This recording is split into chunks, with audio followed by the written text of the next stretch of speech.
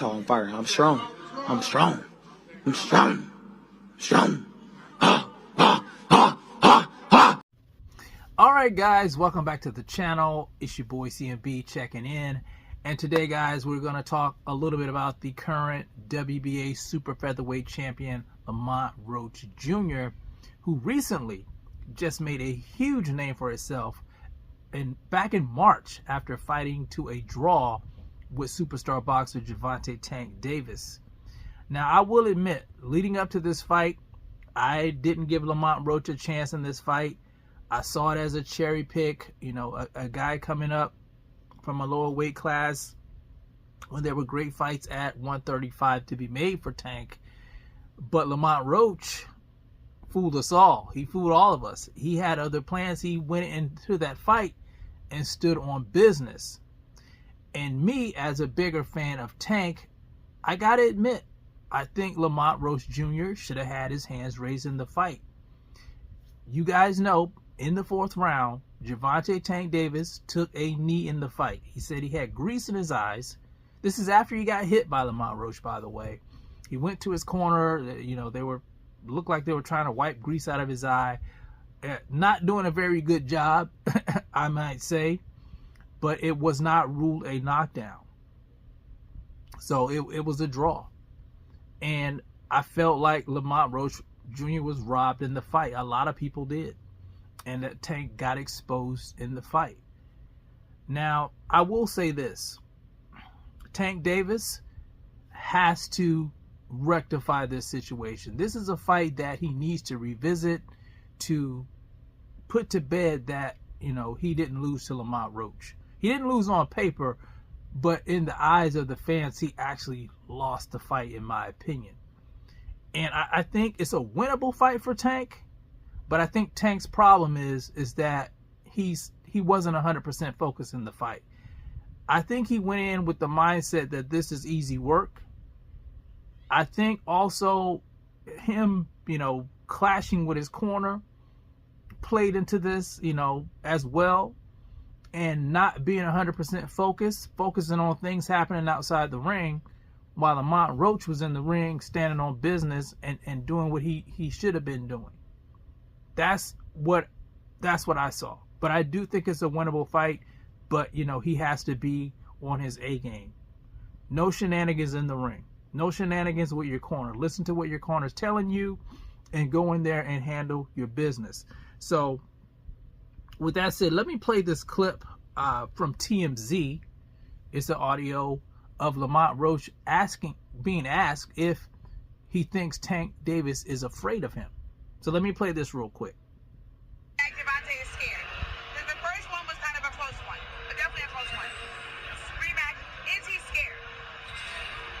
I wouldn't necessarily say scared of me as a man, but he's scared to get embarrassed. Scared to get embarrassed. That's his problem. How do you feel about Alvarez and Black Crawford? Okay, so he said he doesn't think that Tank is scared of him as a man. He's scared of him. He's scared to be embarrassed by him, basically. And I have to agree with that. Tank Davis has a lot on his shoulders. A lot of people see him as the face of boxing, in some circles, I would say, because Canelo Alvarez is actually the face of boxing. But in some circles, people see Tank as that guy or that guy next up. And if he, loses to a guy, coming up from super featherweight, it's going to be exposed season. So, yeah, I think the pressure's on. I don't think he's afraid of Lamont Roach. I just think he's afraid of losing what he's built, up to now. But we'll see what happens with that. But in that interview, Lamont Roach alluded to the fact that Tank hasn't signed the contract yet. He didn't come out and say it, but you could see it in his face that they haven't signed the contract yet. And this is a fight that Tank must revisit to get that respect, in my opinion. Now, speaking further on Lamont Roach has big plans, guys. Lamont Roach is daring to be great. Lamont Roach wants to get this win over Tank, and then he wants to move up, jump up 2 weight classes to fight 2 great fighters at 147. Devin the Dream Haney, who is, you know, a 2-division champion, a 135-pound undisputed champion.